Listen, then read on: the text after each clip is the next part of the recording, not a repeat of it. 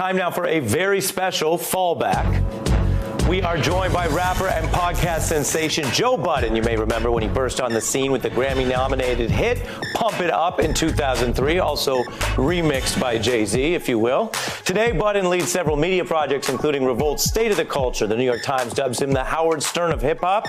He also hosts one of the most downloaded music podcasts in the world, and he is flanked by one of the most well-known prosecutors in the country, Nick Ackerman, an expert on RICO and computer fraud. He served in the legendary Southern District of New York and was, of course, a Watergate special prosecutor. Thanks for being here, both of you. Thank you for having me. You look good together. I would think. I just wish I had this coat. I thank Nick. All due to Nick. Maybe you could borrow the coat at some point. I tell you, it's cold enough. I'd love to. Joe, what's on your fallback list?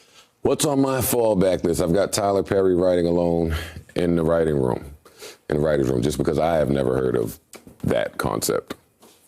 He basically says he doesn't have a writer's room. He doesn't have a bunch of other writers, as you say. He Quote, writes alone. My audience wants my voice, and you can't mess with success. He's gotten this far, but what do you think more he should do? I like the route he's going. I appreciate how unique it is. Writers' rooms are usually reserved for a group of people. So to have one person say, nah, I'm not going to do things that way, and to get a little backlash from it, because he receives some, but I like it. It's arrogant a little bit, narcissistic a little bit, things I relate to. Well, Nick, you don't usually write emotion all by yourself, certainly not a big one. No, of course not. But my fallback relates pretty much to the same idea of a writer's room and what's going on in the digital world, because Mac just came out with this new Mac Pro that if you buy the entire ball of wax, that is the up-top system, for $54,000, and then for $6,000 you throw in the insurance monitor. Oh, the monitor. Apple Care. Count the insurance. Apple Care, they really get you. Yeah. Now, look, I'm a big Apple fan. I mean, I'm a Steve Jobs fanboy. I've got the iPad. I've got the...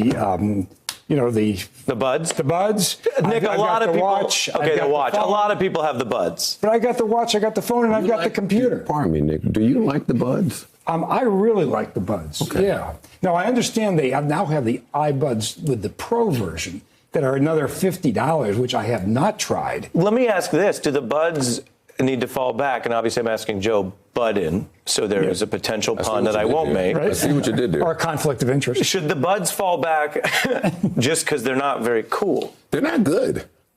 And Not good sound. I'm probably in the minority with this. I prefer the Beats Pro earpods. These fall out my ears a lot. When I used to have them, I had to purchase 10 different pairs. They're plastic. They don't seem very durable. It's just not good to me. What do you use when you're bumping your favorite song or a deposition recording, whatever it might be in your case? I'm using these, but I have not tried the Pro version yet. And I think you're right. I mean, those are probably a lot better. It's just that I bought these just before the Pro version came out. Well, you can't get the Pro version because there's a long waiting list for them now. That's right. That's right. That's true. But also, I just couldn't bring myself to spend the extra money to buy a new pair of these Buds just to have the Pro version. The same reason I will not put down $60,000 for the Mac Pro. No way. Anything else on your fallback list, Joe? The Axe body spray, when what happened? They kicked the guy off the bus. Yeah, this is a middle school student, and my heart goes out to anyone trying to smell good. But he used so much Axe, 911 got called. 911 got called. 911. And that's excessive.